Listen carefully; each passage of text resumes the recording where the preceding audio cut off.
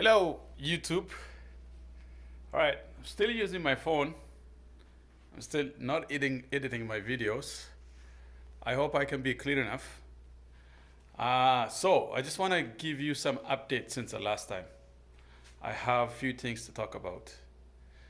So I just want to compare how the temperature of this house feels compared to other places that I lived and I've been.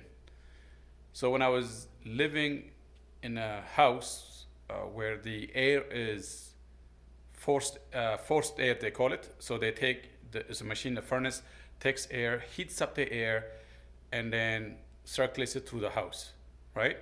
That's the main system of heating in Canada. Almost over 90% of the houses are heated that way, through heating the air. Whereas here, this house, radiant floor heating, right? You can see the concrete, right? Radiant floor heating. I'm videotaping myself, right? It's concrete. So it's heated using glycol through PEX pipe, which I showed in my other videos. So this method of heating heats up the material of your house. So the concrete, the sofa you're sitting on, just everything around it is heated through radiantly heated, right? So I'm using glycol in this tank, right? And this glycol circulates through here. And let's see if I can get it in camera. And this is the one pump. Right now it feels, low. The one pump that pumps the glycol, hot glycol, which ends up, let's say if I can get in a video, which ends up there, right? Right about there, through PEX, and the concrete will be heated. In turn, the concrete will start to warm up the materials in the house, right? Nothing is cold.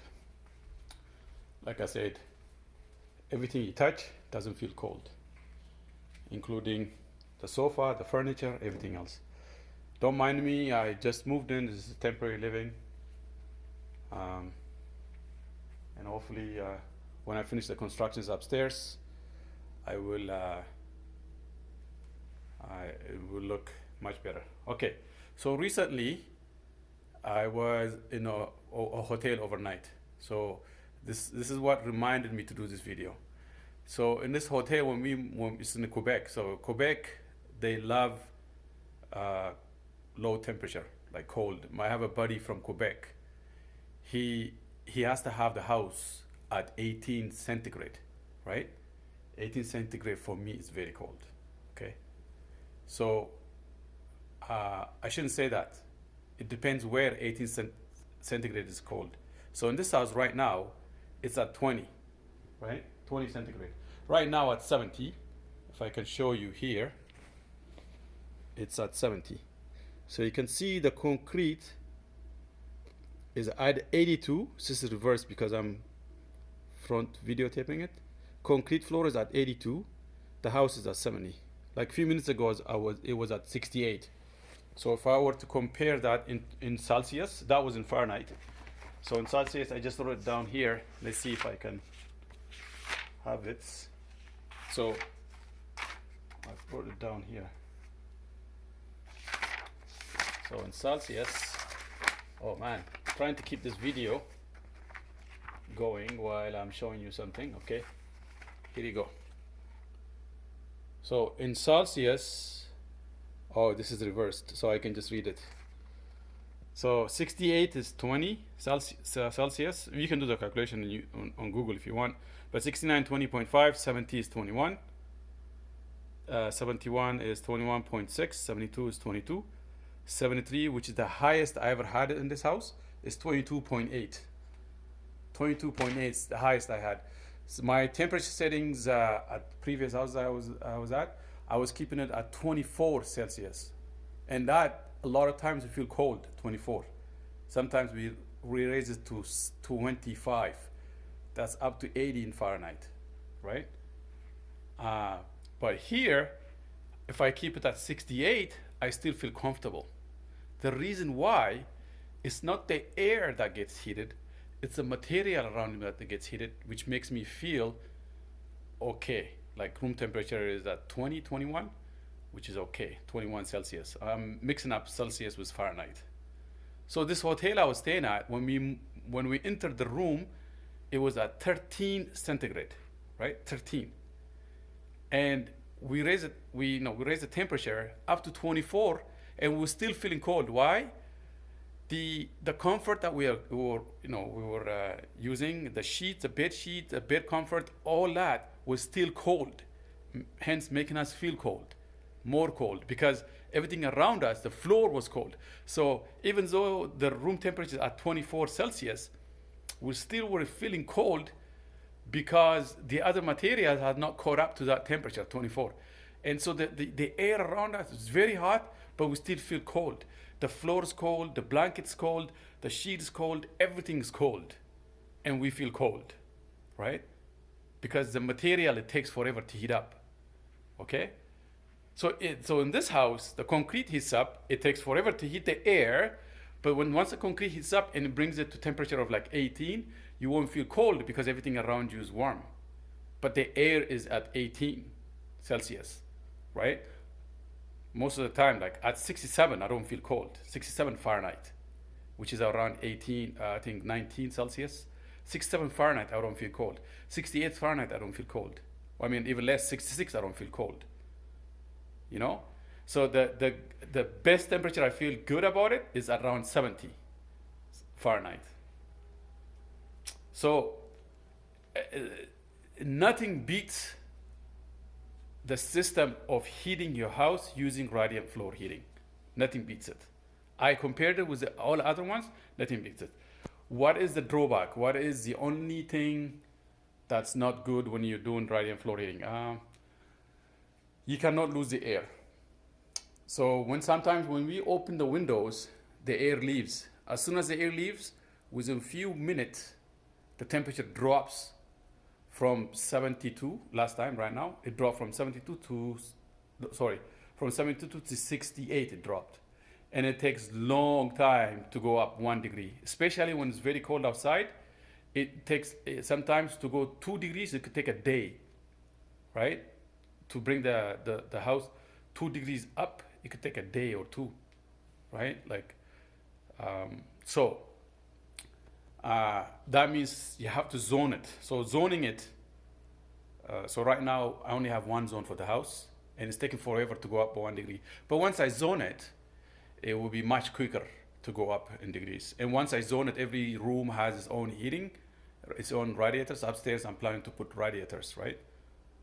Each room, I still have to do about 6 radiators upstairs. I don't even have that now.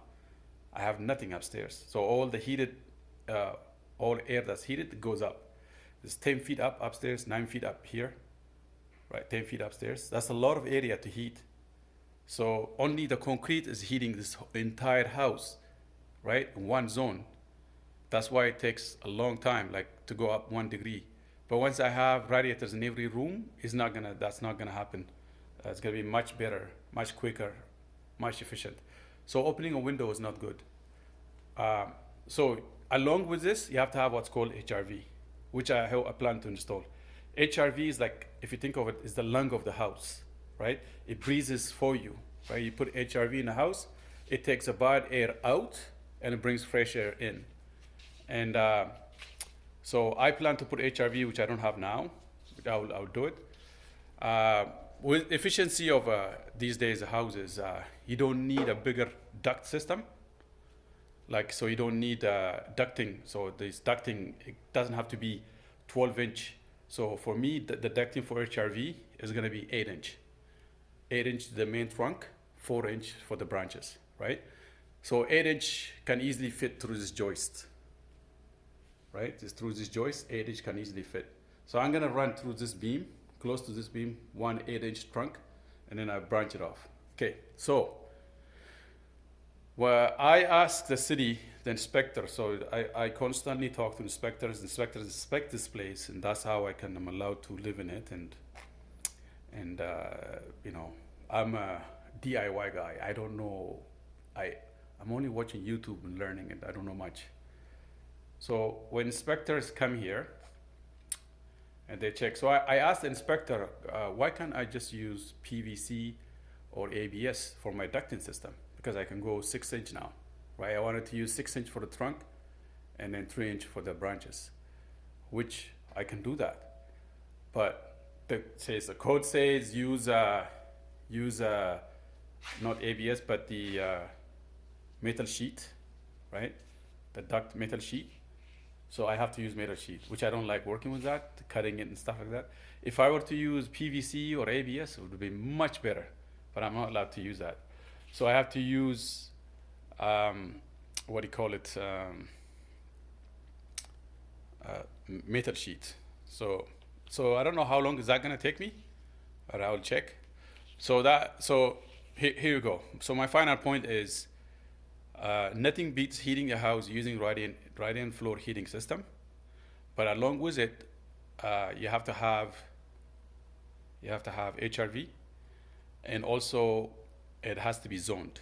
Otherwise, you're gonna have to keep your house shut for a long time. So you won't be able to open windows, you won't be able to let air, because once the air that you heated using radiant escapes, it takes a long time to bring it back to temperature. But whereas if you use zoning, it's easier. You don't have to worry about those things, which HRV makes it even more efficient. And you have to have everything really, really sealed. So otherwise, it's difficult. So you can see, I've been sealing almost every day, everywhere. So the only way oxygen can get into this house is through the doors, right? When I say through the doors, I'm talking about, let me see if I can get it through video. I'm talking about, I cannot get it on the video. I'm talking about through here right there, right? Basically between the frame of the door and the door itself. Okay, so this is the best I can do. Hopefully, in the next few months, when I keep improving this house and when I have more time, okay, I can do better with the way I present, the way I do videos. But otherwise, I think I have a good information to share. This is the most average person building a house, all right? And this is the best I can do. So share my videos. I think you can learn from me. Like, subscribe, comment. I like comments. I really love comments. I try to reply to them almost all the time. And please help me increase my subscription. I say thank you so much for listening to me. Okay, bye.